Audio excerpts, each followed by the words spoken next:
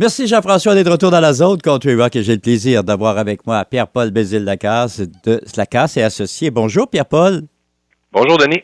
Hey Pierre-Paul, un dossier extrêmement intéressant dont on va parler aujourd'hui, c'est en fait, c'est les cartes de crédit. Ça arrive souvent qu'on parle des cartes de crédit et je pense que du côté du Journal de Montréal, on en a parlé également. Puis il y a des questions à se poser, le nombre de cartes de crédit, qu'est-ce qu'on fait avec, comment on gestionne des cartes de crédit, surtout quand on en a plusieurs. Et c'est-tu utile d'avoir plusieurs cartes de crédit? Mm-hmm. La majorité des conseillers financiers vont recommander d'avoir, je dirais, 2 cartes de crédit, pas plus. L'article, justement, que tu fais référence en parle, là, puis il se pose la question dans l'article, est-ce que ça nuit vraiment à la cote de crédit d'avoir plusieurs cartes de crédit? Puis il arrive à la conclusion que non, ça ne nuit pas. Et cette conclusion-là est vraie. C'est juste que de la façon que c'est présenté, il faut juste démêler les choses. Là. La majorité des conseillers financiers vont recommander d'avoir un nombre peu élevé de cartes de crédit. Moi, personnellement, je recommande d'en avoir 2 ou 3. La raison est pas du tout par rapport à la cote de crédit. La raison, c'est par rapport à la gestion de plusieurs cartes et la tentation aussi que beaucoup de gens ont. Parce que faut comprendre que si on a, exemple, 8 cartes de crédit, il y a quand même une portion de la population qui en détiennent plus que 10. Plus si on que a autant 10 cartes de crédit, Pierre-Paul? Oui. OK. Faut quand même, hein? C'est quelque chose. Moi, j'ai déjà eu un client qui en avait 18. Fait que, donc, on arrive avec un jeu de cartes. Là, okay? Ouais, OK. C'est l'institution qui donne ces cartes-là, moi, qui m'impressionne à 18 cartes. Là. Pose-toi des questions. Oui, bien souvent, ces gens-là, ils ont à peu près toutes les cartes qui existent, de toutes les institutions qui existent. C'est ça le truc en arrière.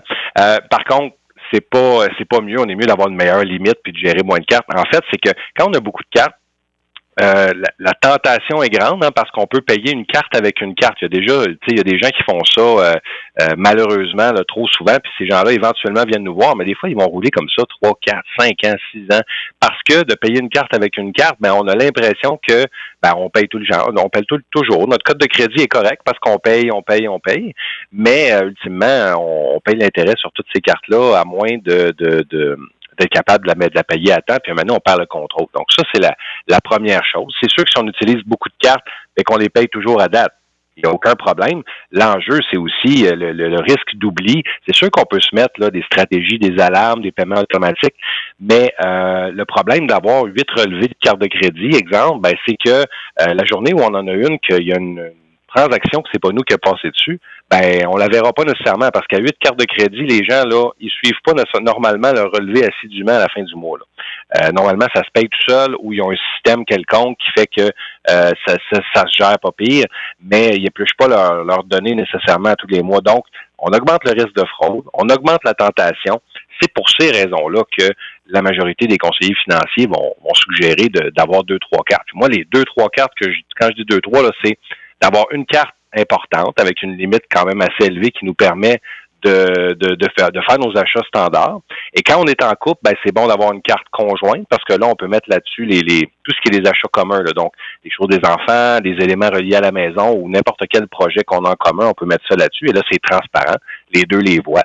Et c'est bon d'avoir, moi, je trouve que c'est le fun aujourd'hui d'avoir une petite carte pour les achats en ligne, des achats plus risqués, que si jamais on se fait pirater notre carte, c'est pas notre carte avec notre grosse limite là, qui vient de se faire pirater, puis on n'est pas handicapé pendant un certain temps.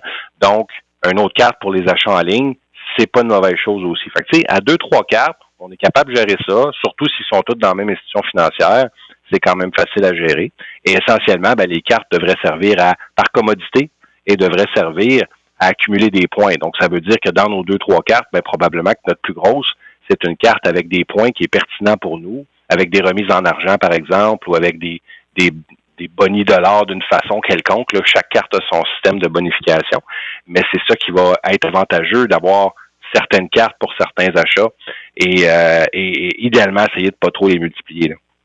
Là, ce qu'il faut bien comprendre également, lorsqu'on a plusieurs cartes de crédit, on affecte notre capacité d'emprunt parce que là, c'est du crédit, donc il est calculé dans notre capacité d'emprunt. Ouais, effectivement, ça va dépendre de chaque institution financière puis de qu'est-ce qu'ils sont en train de regarder. Mais quand on parle des limites sur plusieurs cartes, si on a plusieurs cartes puis la totalité de nos limites fait, exemple, 80 000, ben oui, une institution financière qui fait le détail de ce qu'on a, de nos dettes, de nos avoirs, peut dire, oh, minute, là, ta capacité d'endettement est beaucoup trop élevée. Donc, on va avoir de la difficulté à te faire un prêt. Il faudrait que tu réduises tes limites ou ton nombre de cartes. Donc, ça, oui, c'est un premier problème. Et dépendamment de comment le taux d'endettement va être calculé aussi, parce que là, on a parlé de la cote de crédit, qui est une chose, qui démontre sous une certaine forme notre santé financière, mais le taux d'endettement aussi, c'est quelque chose de très important. Et ça se calcule essentiellement, c'est un rapport entre nos revenus puis le paiement de nos différentes dettes. Ben, si on a plusieurs paiements sur plusieurs cartes de crédit à tous les mois, ben, c'est l'addition de tous ces paiements-là qui va être inclus dans notre taux d'endettement. Fait que c'est important de bien gérer le montant de dette qu'on a accès. Pour pas que ça soit trop élevé non plus, pour des raisons de tentation et pour des raisons de taux d'endettement aussi, puis de niveau d'endettement. Parce que, ben, théoriquement, si on paye toutes nos cartes à date, puis qu'on n'est pas en retard jamais, ben, au niveau de la cote de crédit, ça va être très beau. Mais j'ai déjà eu un client qui avait une carte de crédit très peu utilisée, pas de marge de crédit et qui roulait avec un prêt toujours. À chaque année, il refinançait un prêt. Lui, c'était un prêt accordé qu'il faisait. Et sa cote de crédit, quand il est venu me voir avec ses difficultés financières, était à 880 quelques. Donc, pratiquement parfaite parce qu'on se rappelle, une carte de crédit, c'est entre 300 et 900.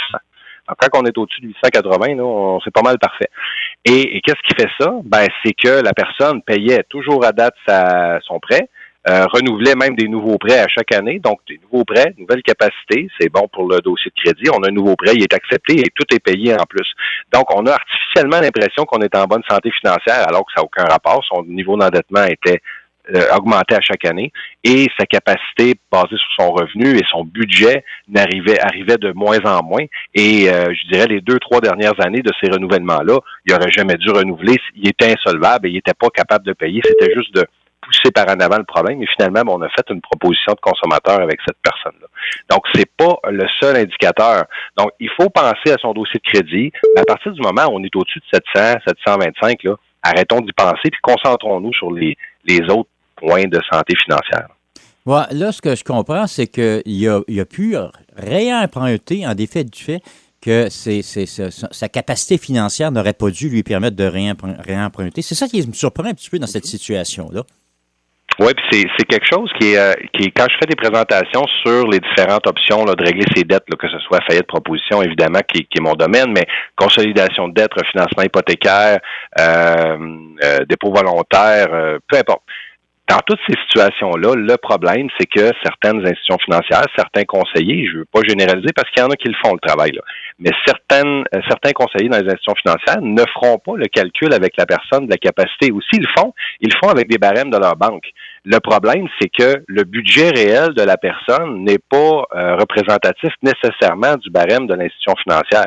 Donc, quand on analyse la capacité d'emprunt, exemple pour un petit prêt qu'on renouvelle à chaque année comme ça, ben, il faut regarder le budget complet de la personne. Comment la personne paye pour sa nourriture? Comment la personne paye en pension alimentaire? Comment la personne paye son loyer? Est-ce qu'il y a des hausses qui s'en viennent?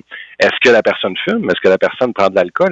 Et évidemment, moi, quand j'ai les gens dans mon bureau, ben l'idée, c'est qu'ils soient le plus honnêtes possible. Et là, on fait un travail sur ce budget-là et on se rend compte souvent, malheureusement, rapidement, qu'il y a des prêts qu'ils ont eu puis qu'ils n'auraient jamais dû avoir parce que leur capacité de paiement n'est pas là. Donc, il faut l'analyser et on l'analyse avec ces gens-là parce que, malheureusement, ce n'est pas calculé systématiquement dans les institutions financières. Et encore là, c'est variable d'un conseiller à l'autre, d'une institution à l'autre. Et la rigueur est variable.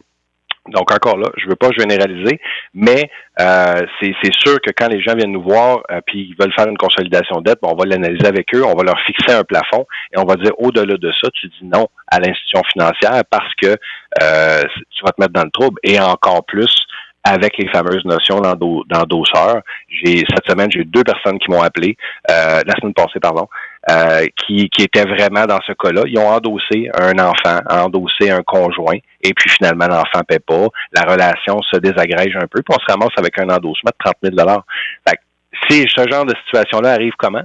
Ben, arrive qu'au moment du prêt, quand on a accepté l'endossement, ben, on n'a pas nécessairement regardé la capacité de rembourser ce paiement-là pour la personne qui faisait le prêt et on voulait aider, puis on s'est fait avoir.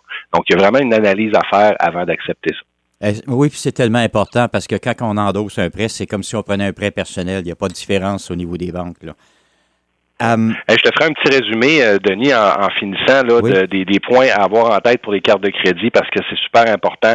Peu importe le nombre de cartes et tout ça, là, ce qu'il faut retenir, là, faut faire le paiement à date, jamais être en retard. Il faut absolument payer le minimum obligatoire. Le minimum obligatoire là, sur les nouvelles cartes depuis 2019, c'est 5 de notre solde. Il y a des gens qui ont encore des vieilles cartes, on est à 4 mais à tous les mois d'août, ça augmente de 0,5. Là. Donc, se rappeler que c'est pour ça qu'en août, là, les montants augmentent chaque année, jusqu'en 2025 où on va retomber sur le plafond de 5 puis tout le monde va être égal. Donc, il y a ça qu'il faut payer absolument, mais non seulement payer le minimum, payer idéalement la carte au complet, sinon on a des taux d'intérêt très élevés. Toujours garder sa carte en bas de 30 d'utilisation. Fait que l'idée que je dis aux gens, là, c'est le tiers. Donc, on devrait, si on a une carte de 10 000, on la garde en bas de 3 000.